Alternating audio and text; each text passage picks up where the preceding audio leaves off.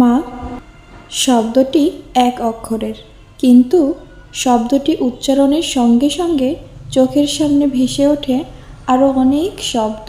শুধু মমতাময়ী বা কোমলময়ী দিয়ে বিশেষ এই নারী সত্তাকে বর্ণনা করা সম্ভব নয়। জীবনের ঝুঁকি নিয়ে যিনি আমাদের দেখিয়েছেন এই পৃথিবীর আলো, এক কথায় কি তার মহত্ব প্রকাশ করা যায়? মা হচ্ছেন রংধনু, যার হরেক রং। কখনো তিনি মমতাময়ী মা, কখনো পথ নির্দেশক, বিপদের আশ্রয়, এবং কখনো বা সব থেকে প্রিয় বন্ধু। প্রিয় মা, আমার প্রথম স্পর্শ, প্রথম শব্দ তুমি।